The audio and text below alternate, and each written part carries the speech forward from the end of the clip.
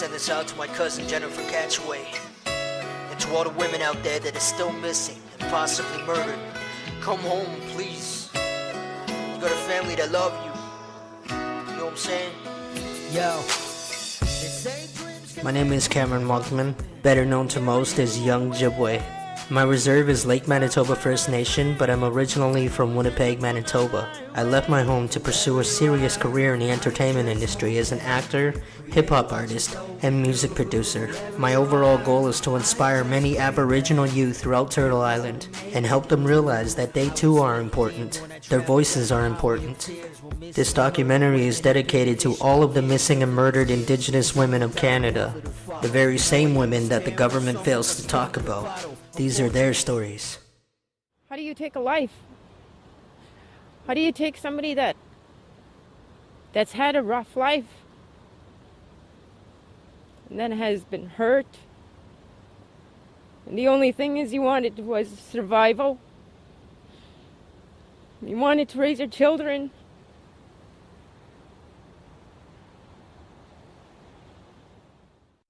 There is an anthem that sings, "Oh Canada, our home on native land." But it seems as though they're rubbing it in, aren't they? A constant reminder of the genocide which is bestowed upon us dirty Indians, as they called us, and made it look as though Indians in Canada were treated as equal as everybody else in society. At least that's what the media tells everyone. More than 1,200 missing and murdered women have been reported in Canada, and the women that were found were dubbed drug addicts, criminals, or sex workers. And how is it that the media and the police have more information on each case than the families do? Cheyenne Fox was 20 years old when she was believed to be thrown 24 floors off a balcony to her death in April of 2013. Of course, the media told the public it was an attempted suicide and that she had been a sex worker in Toronto for some time. I was starting to see what the media was doing to manipulate the public by turning us Indians into monsters.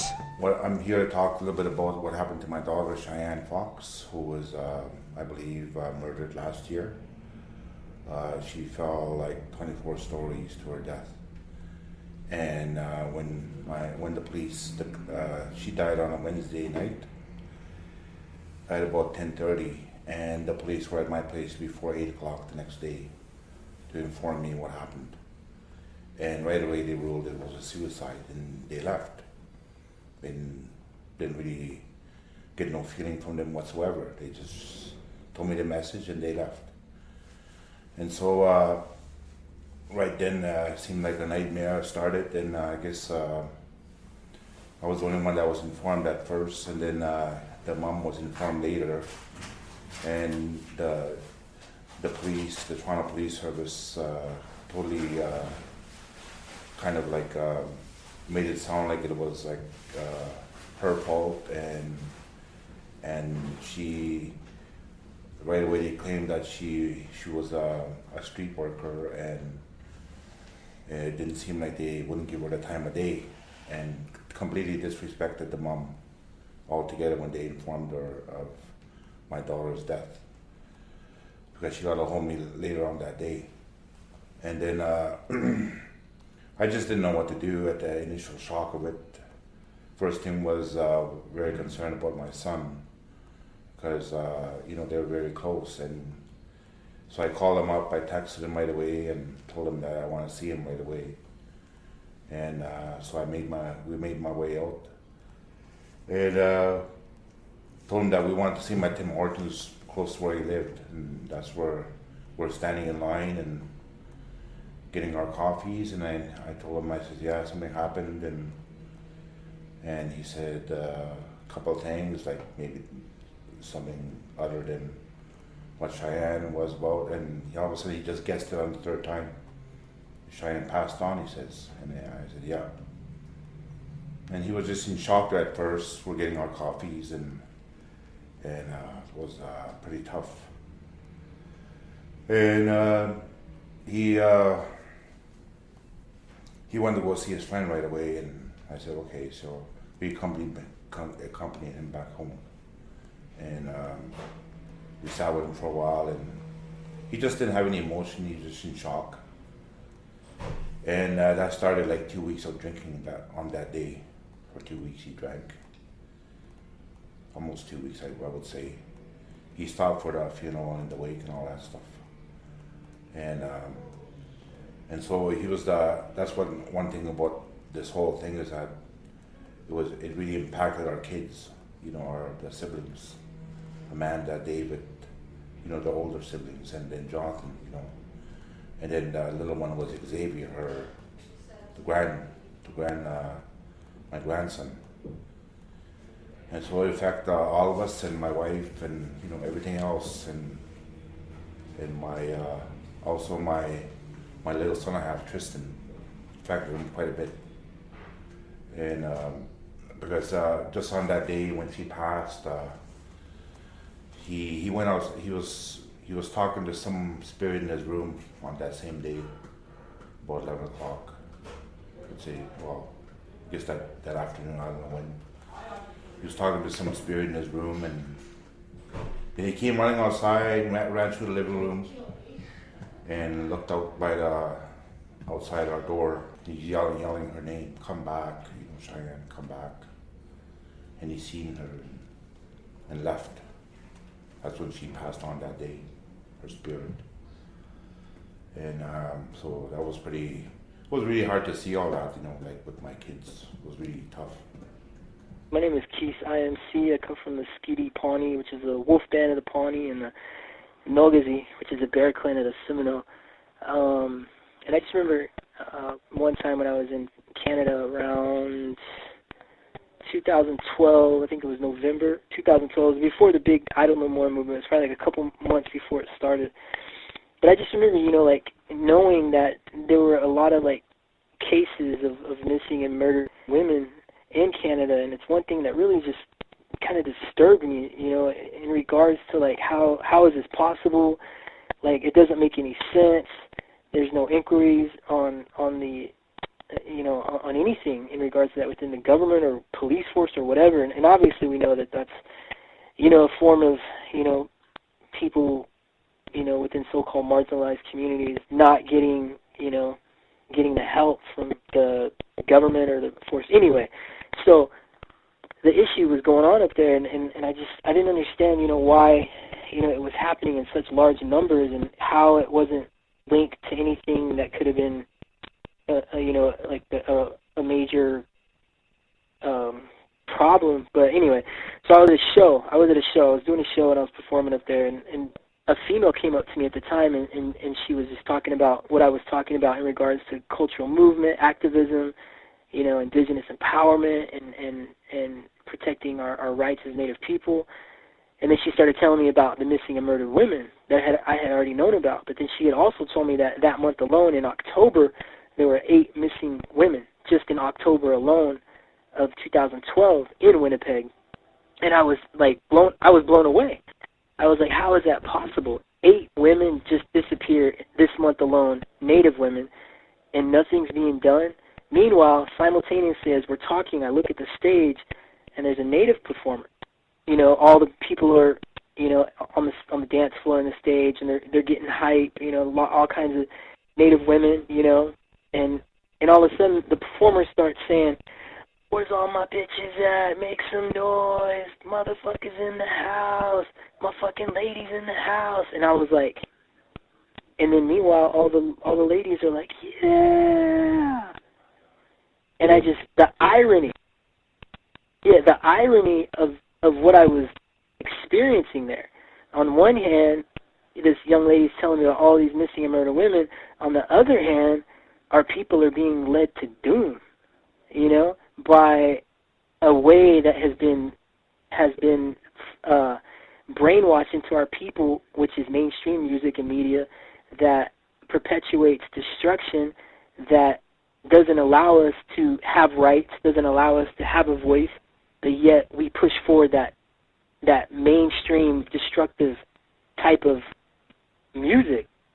But shortly after that, and to me, I was like, man, that's fucked up. Like, I wanted to get back on stage.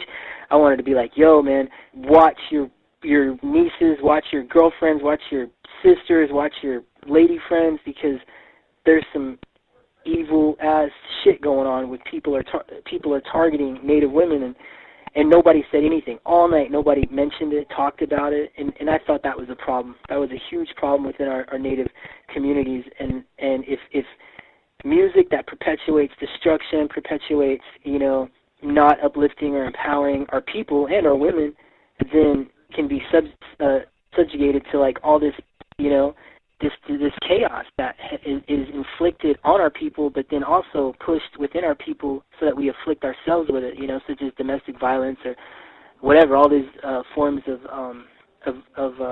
violence, But in regards to like, all these murdered and missing women, like 67% homicides, and then I think it's like 20% are like missing women or girls, and then what's crazy is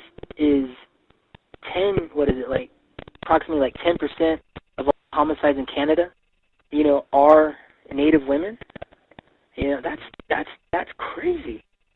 That's scary, and it seems to me that there needs to be a conscious movement like of warrior societies who are walking these streets, watching these women, getting the word out. Of course, we want the government or the state to do something, but as Native people, we have to step in those gaps, and we have to protect our people. The men have to protect the people. The women have to protect the people. The grandparents and grandmas have to protect the people, because if we don't, then why do we expect anybody else to? So it starts within ourselves.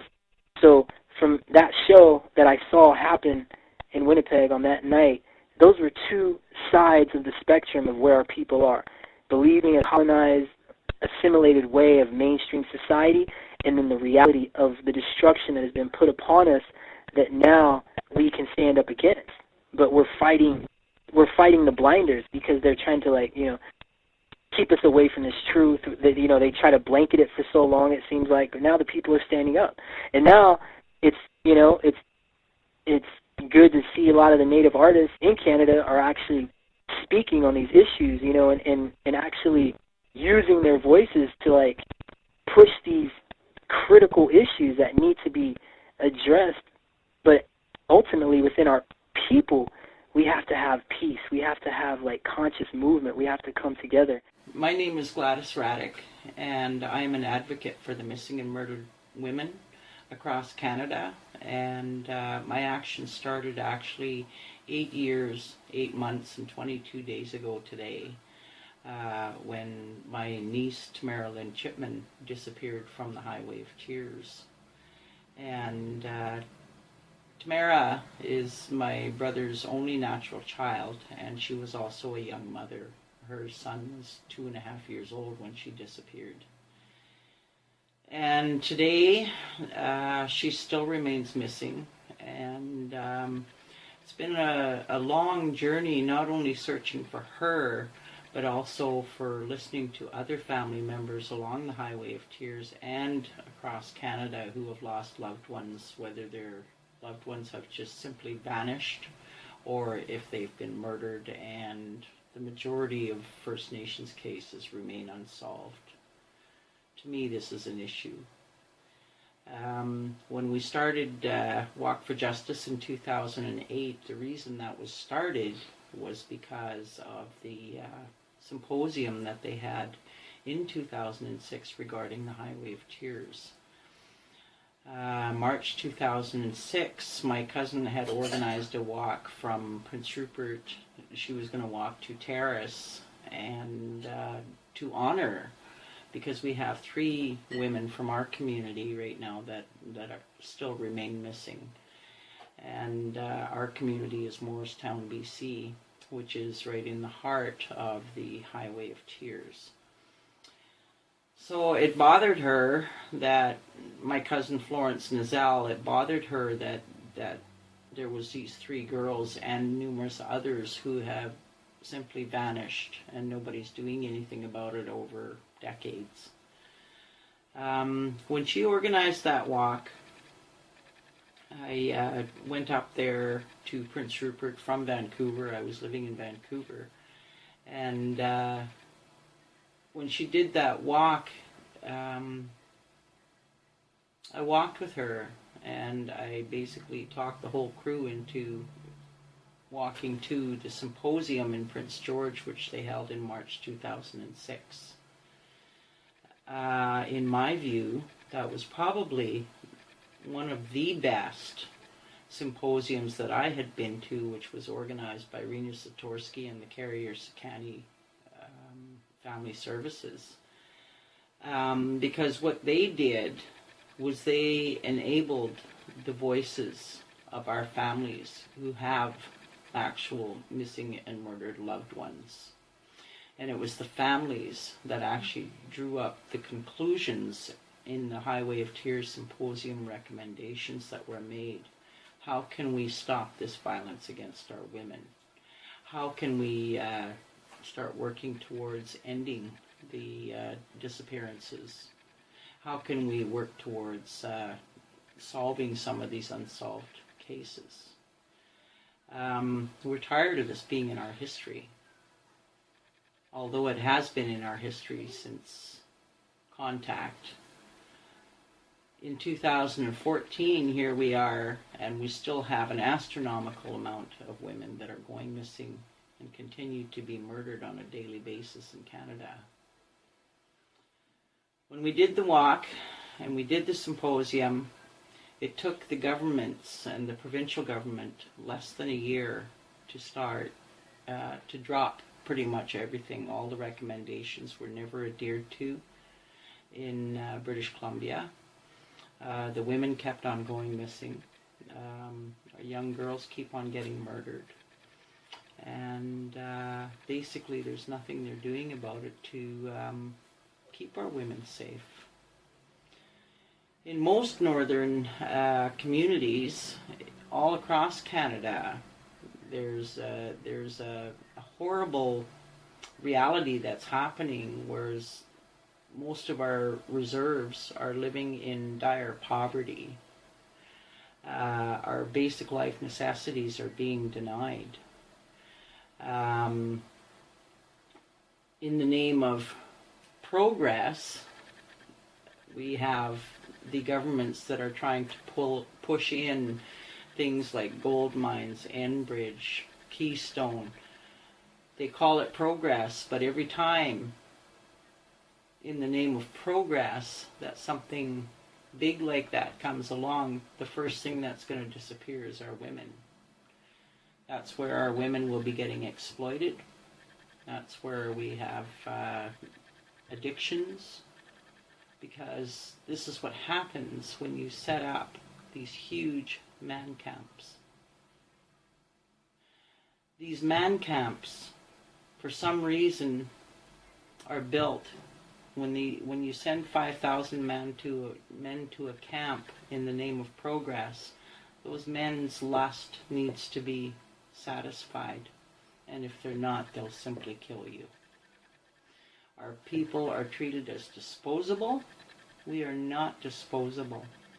We are human beings. We talk about the RCMP, especially on the Highway of Tears, and I know about the numbers that they have on the Highway of Tears. When they first started that symposium, they said there was 9.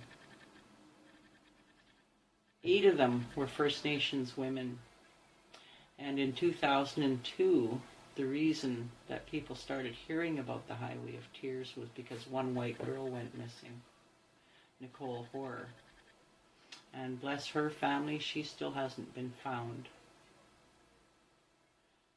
The other cases still remain unsolved, and the other girls still remain missing of that original 9 list. A couple of months after the symposium, the RCMP decided that they wanted to take away that element of racism that we were saying. So what they did was they expanded that list. They took one of our girls off of that list, Cecilia Ann Nicol, and they turned around and they added 10, and they said, oh, now we found 18. Well, before that, I already had a list from the family members and from public records and from reading online and from newspaper clippings that there was actually 44, which they've never accounted for. I had the opportunity to meet one police officer at a standing committee in Vancouver when we were talking about the Highway of Tears, and I met Bruce Hulan, who was supposed to be one of the higher-ups in the RCMP who were looking into the Highway of Tears. He wasn't even remotely interested in talking to me. He knows that I'm a family member of Tamara Lynn Chipman, and he knows that I'm out there raising awareness. The only thing that he was interested in getting from me was that list that I had compiled. But in reality, when you have a missing or murdered woman, doesn't matter if she's Aboriginal or not, there's got to be a record. And the RCMP are the ones that have those records. And how can they deny? How can they deny when somebody has reported them missing? So he was only interested in that. When I tried to ask him about specifics about Tamara's case, he wouldn't talk to me. He promised me that he was going to call me after that, and I never received that call. I got permission from my brother and all the other family members to speak about these cases because they need to be brought into the open, into mainstream society, so that we can fight for justice on our own. And that's what it's boiled down to. When I think about the Highway of Tears, it breaks my heart every day because I know that we haven't heard from Tamara yet. But, on the other hand, we have a stigma that we call stereotyping. And I'm going to go directly to this case in the Terrace Daily. And I was so hurt when I read on, this was for April 20th, 2011, not only is Tamara Chipman believed to be dead, those whom the informant claimed killed her, and this informant, the prime witness. Tamara's not dead. She's missing. And we've got people like this who are out there stereotyping her, calling her down, and insulting the family at the same time. When I read that, I was just floored. And I'm sitting there and I'm wondering, how can somebody say that this girl is dead? Our family doesn't know that she's dead. As far as our family is concerned, she's still missing, and we are still searching for her today. And you've got negative press like that. There was also another piece that went out about Tamara in the Terrace Standard, which is their local newspaper. And that was the Crown themselves that went ahead and did an interview with the newspaper stating that Tamara, a case against Tamara had been dropped because the Crown figured they would drop it because she was missing. When do they put stuff like that in the newspaper about any woman? So I started getting responses online, and it really hurt me. That was a very hurtful time because people were saying things like, oh, well, no wonder she's missing. She's hiding from the cops. No. She wasn't afraid of the cops. We're not afraid of the cops. Now we are, because we know that racism is at play here.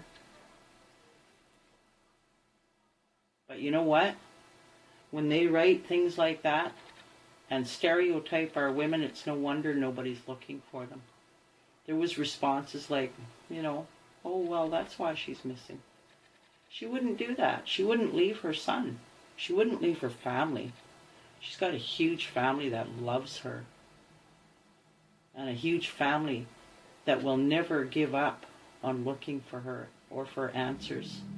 And if she is dead, somebody tell us where she is. There's somebody out there that knows something. I know there is. And if you know where she is, well, you tell us.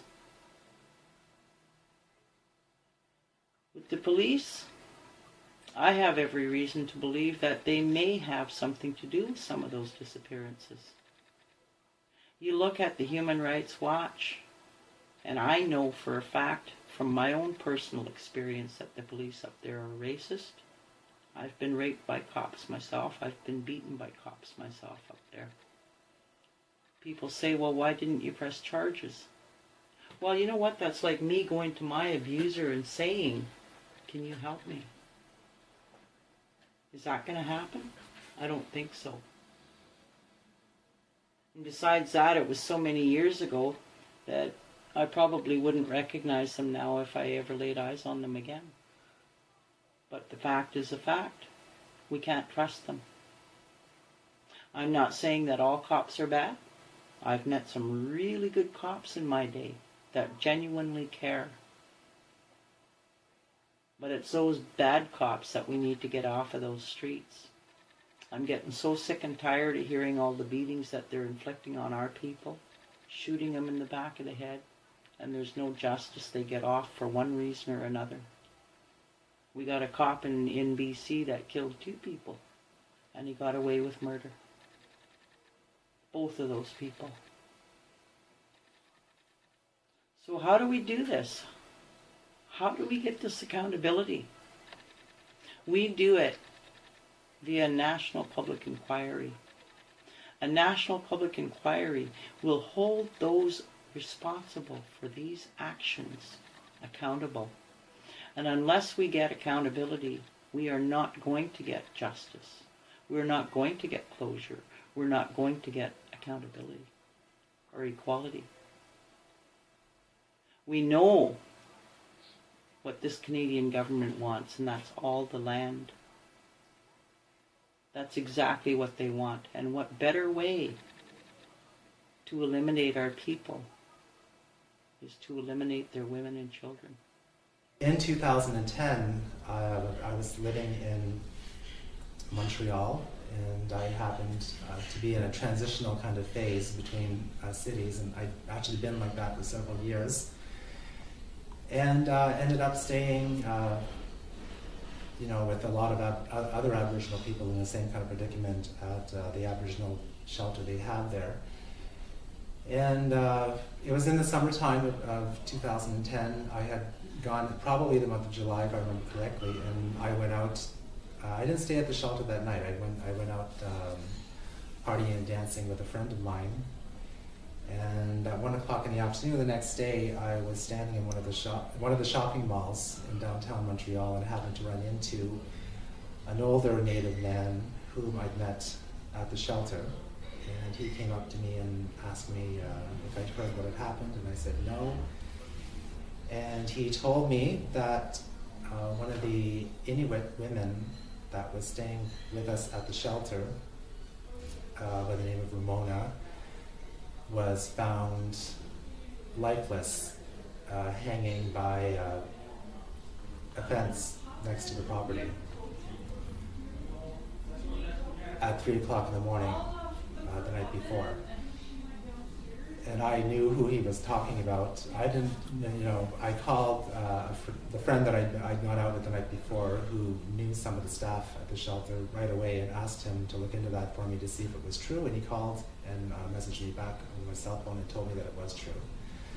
So I found this out at 1 o'clock in the afternoon, and I was less than 10 minutes from the shelter, from where I was at the mall. So I decided, well, heck, I'm going to go over there and see what's going on, expecting to see, expecting to see a crime scene. Because it didn't sound like a suicide the way, I had it described to me. And when I did get there, I was surprised to see that there was no yellow tape, there was no red tape, there were no police officers, there was no forensic unit, and no Ramona. And I remember feeling shocked that there was nothing there, and wondering why. There wasn't. I have an investigation going on. It looked just like nothing had happened. So I talked to one of the the male staff that was working at the shelter at the time, who was there in the night when they found Ramona hanging from the fence. And he told me that while he was there and the police were there on the scene, they more or less just collected, Ramona's body and, went off with it, and that they were standing around talking like as if, they were talking about the hockey game, they were talking about baseball, telling jokes, and he said it seemed kind of weird to him that they weren't more concerned than that. And I just remember thinking how weird that was too. And I looked at the staff that was describing this to me and sort of gave him a look like, what do you think is going on? How do you think this is? And he just gave me a knowing kind of look and said, that's the way it's always been.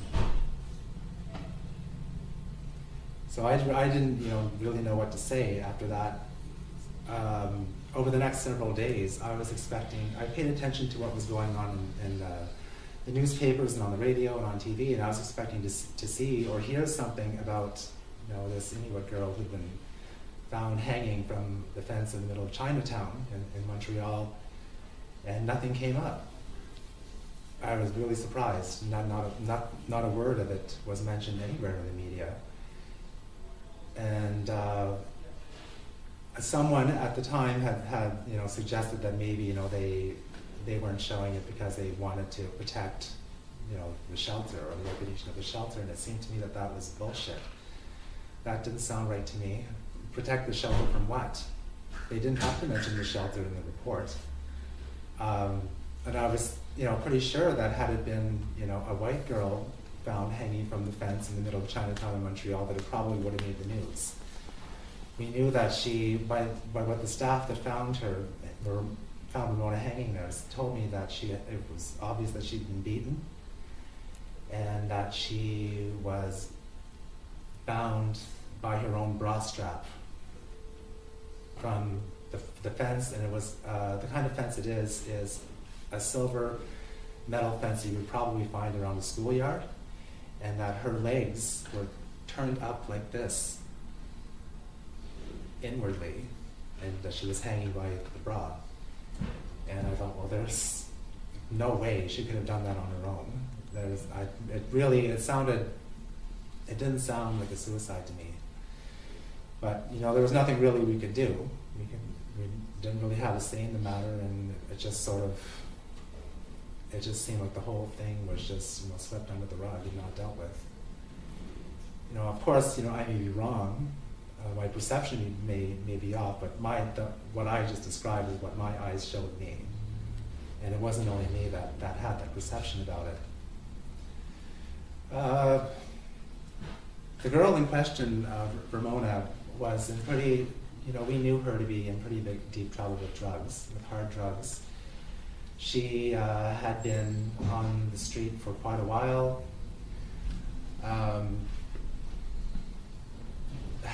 Was known as to be involved in prostitution, had a hard time with the police, had a hard time with a lot of people.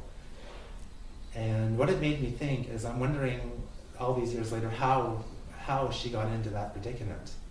I remember when I first became involved in the Aboriginal scene in Montreal in 2008, I remember reading this article that came out of one of the Aboriginal magazines. It might have been Nations. It might have been Windspeaker. I don't remember exactly which one, but it was one of those two. And they were talking about this scenario they thought was going on, where a lot of young Inuit girls were showing up to Montreal in planes, flying them in from up north, and then we're talking about girls. In the article they said ages 16 to about 19. And they would get off the plane at the airport in Montreal, and waiting for them would be these Johns who somehow got information about when these girls' flights would arrive, and were there waiting for them with promises of money and of shelter and of being taken care of in the big city. And those girls would go off with these men, and they would be turned into prostitutes and turned into drug addicts. I sometimes wonder if maybe that's what happened to Ramona. She was considerably older, like she was 34 and had 5 kids, but I think it wouldn't surprise me to find out that's, what had happened to her. A few days before she died, I saw her in downtown Montreal, and she stopped me and asked me if I wanted to go for a drink with her, and I said no. And then she stopped me again and said, "Are you sure?" And I said, "No, I've got to go on. I have other things to do." And then when she got killed, I remember thinking, geez, I wish I'd gone off with her. Because whatever her problems were, whatever the difficulties she had, she always stopped to tell me how good she thought I always looked. She said, "You're always clean, you're always doing well. I would really rather hang out with you than the people I'm hanging out with."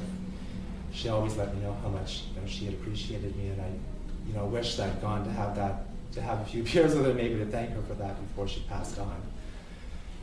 Anyway,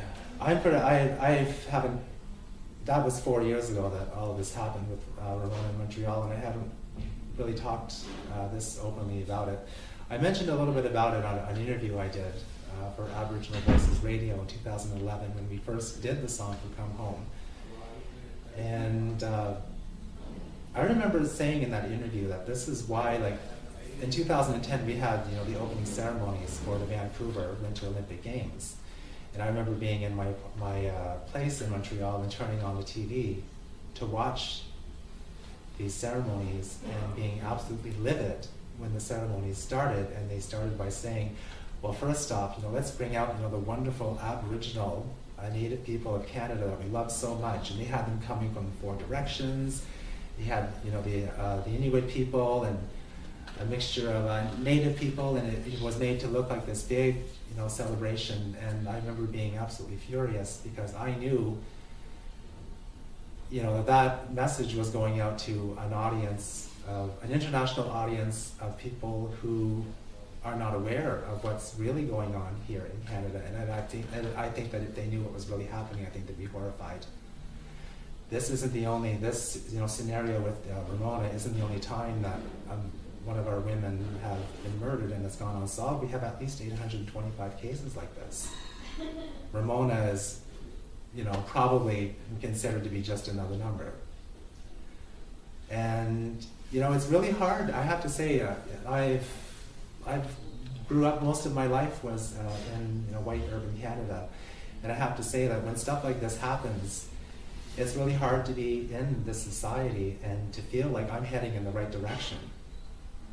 We talk, and to be honest, in the 2 days leading up to when I came in to do this interview, a lot of friends noticed that I was very sullen, I was very quiet, I wasn't saying very much, and I normally sing every morning when I wake up, and I didn't, and I had to figure out what was up with me. And the issue I had was that I had worried about coming to do this interview to talk about what had happened with Ramona,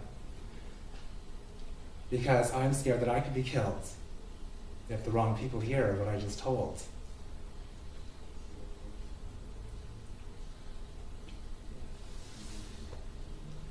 Because it's not the first time that somebody in our community has disappeared for trying to talk about this. It's happened before.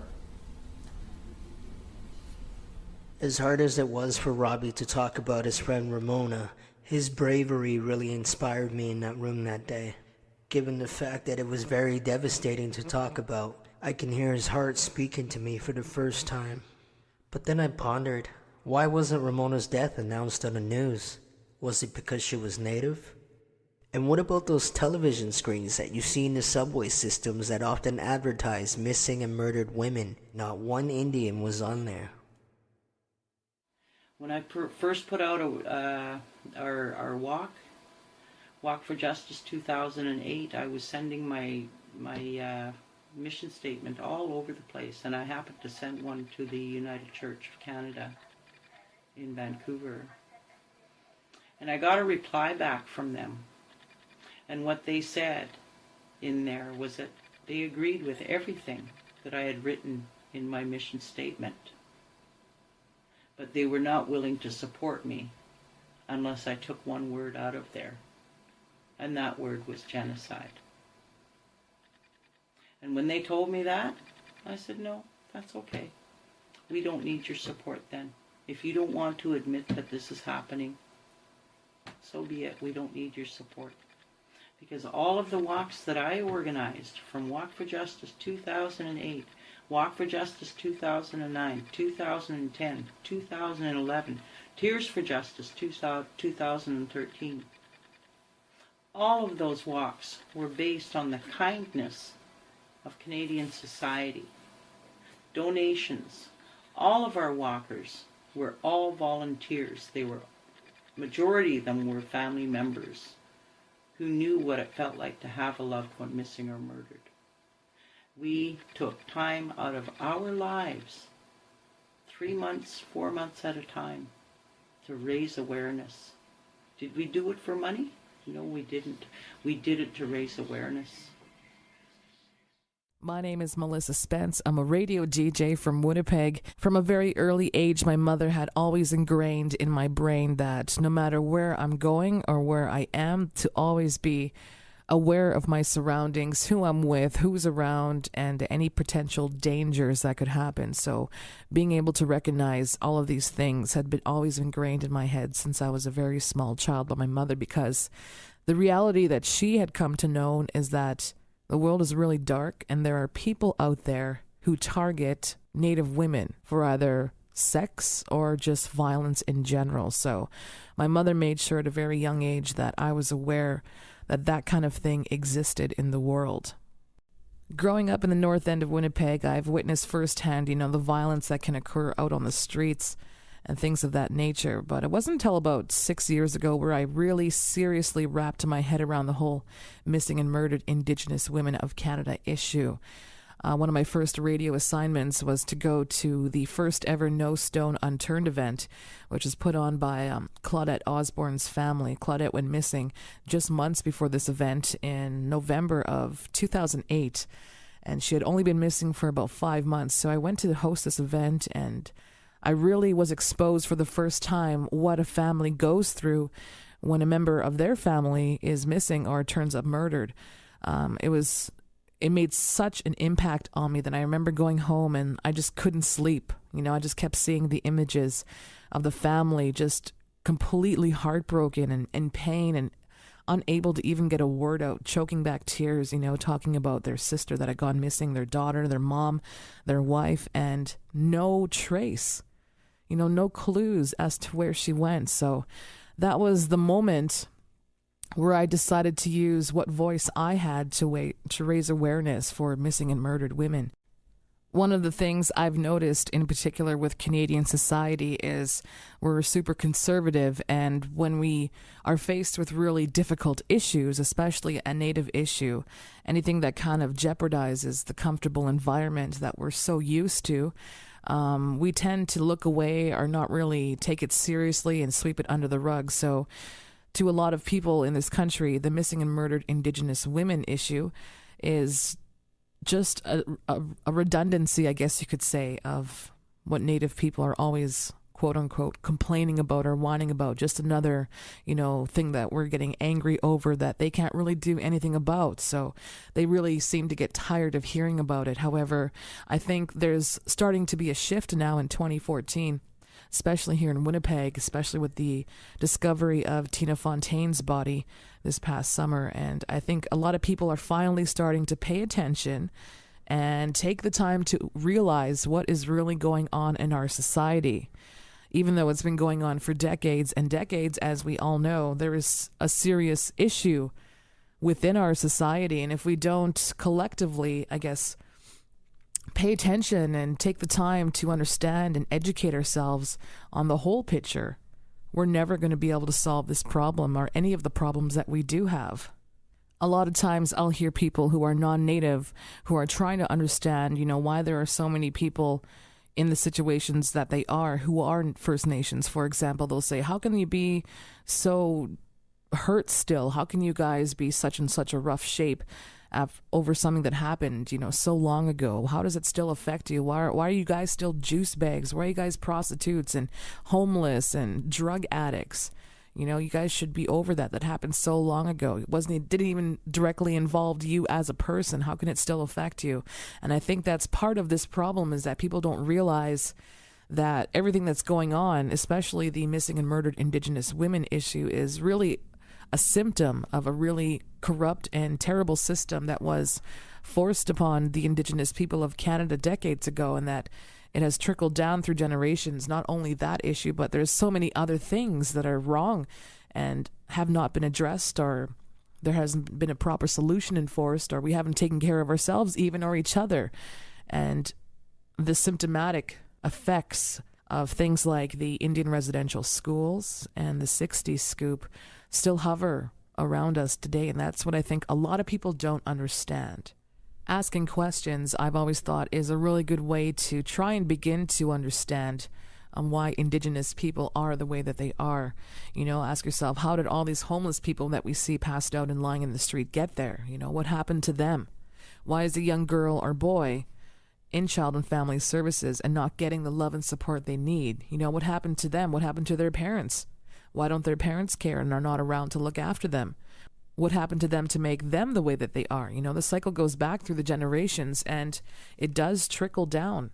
Something personally that I've always wondered about is why misogyny exists in our society and continues to exist. It's no new concept. It's been around for hundreds and hundreds of years. And today it still exists. I mean, the whole missing and murdered Indigenous women of Canada is proof of that. What makes a person want to attack another person or even abduct another person and not tell anybody about it? Like, how does that even happen in our society? I've tried to wrap my brain around why people do the things that they do. And how can so many cases of these women and men be unsolved in our society in 2014? What is going on in the police RCMP systems where we are being failed over and over again? Is it corruption inside these organizations that is contributing to the problem? Let's face it, there's bad apples in every tree, even our own communities. And again, I think part of the problem is that a lot of times Native people are not seen as equals, especially the women were looked at as targets for sexual violence. Time and time again. I remember being a very young person and seeing the Helen Betty Osborne movie, and it'll never, ever leave my mind, just that image of the woman walking down the road and being plucked, from the side of the road by a car full of men, raped and then left for dead. That's a really frightening thing for a young person to see, but it's the reality of this province and in this country. I can only speak for myself here in Winnipeg because this is where I've grown up my entire life. But I try not to be too pessimistic about the whole thing, and I do believe strongly that there can be hope, and that we can, as a whole nation of people who live in Canada, learn to see each other in a better way. I also strongly believe that it has to come from us as Indigenous people, our own self-healing, the rebuilding of the family structure, and everything else that's going to lead to our successes. If we keep looking to others to kind of fix us, it's never going to happen. I mean, the one thing I learned in life is to never rely on other people. And that's true. And that's a really good thing to keep in mind, is that we have to do it ourselves. There are people here in Winnipeg for the past few weeks who have taken upon themselves to drag the Red River because nobody else is going to do it. That's an example of being proactive and actually taking action into our own hands. Let's try and heal ourselves and not look to the government or to the police as our sole providers for help, because it's just not going to happen, as we've seen for years and years. At the end of the day, though, my heart goes out to everyone who's ever had to live through or is currently living through a situation where their loved one is missing or has been murdered and has no idea how or why it happened. I do what I do to show love to those families, and I will continue to as long as I'm around. So here's hoping that one day we won't be having this conversation. My name is Myrna Abraham, and my sister's name was Sharon Abraham. She's one of the Picton victims. Sharon and I were the youngest ones of the boarding schools. So the boarding schools never took us because I was, I think, 6 months, and Sharon was about a year, 2 years old, yeah. So my mom started drinking, and she had forgotten about us. And apparently, me and Sharon, we almost starved to death. So the doctors, when my grandparents came to check on us, we were halfway dead, I guess, and the doctors said they couldn't do anything for us. So my grandmother and my aunts took us home and started feeding us like a teaspoon of water for a few days. Then we were able to digest that, and then later on became sugar. And then Sharon wasn't raised with us. She was raised with my grandmother. When my mother had passed, I was 9 years old, and my Sharon was the one who was sleeping with my mother because she came and lived with us for 2 years afterwards. She ran away from home and came to live with us. And when my mother passed, we were all separated. And then I guess I had already run away from home, and I found out that Sharon was raped by 12 individuals from the reserve, which we don't know the names or of who they were. And the one witness that had been there was, I don't know if he died or was killed. But yeah, Sharon's DNA was found on a dildo with a gun stuck inside it. How are people able to wake up and know what they've done and who they've hurt, and how do we continue on? Everything had finally been clear to me. I began to understand that our women had been swept under a rug, and that nobody seemed to care about them. It was time to reach out to more people across the country, so I decided to arrange an interview with Biff Naked in Vancouver to hear what she had to say about this issue. The thing that I find really alarming is that even despite last year, 2014, the RCMP report said that Indigenous women were 4 times more likely to be murdered than non-Indigenous women. And we've got a crisis here, an emergency, where you've got thousands of women in this country that are missing, many of whom have been murdered, and it doesn't seem to be on the radar enough. I don't know what enough would be, but I think that we do need to stand up for the families of these women. I think that we need to stand up for these women and do everything we can to try and find the answers that we need for their sakes, and for the sake of their memory, their honor, and for the sake of their families, and to make sure that no one is unaccounted for. At the end of the day, it is a woman that brought each of us into this world. It is our duty as men to protect them, to honor them, and to keep up the search for missing and murdered Indigenous women. I've been waiting a long time, and it seems like many years, up and down this highway of tears. I've been waiting a long time, and it seems like many years, up and down this highway of tears.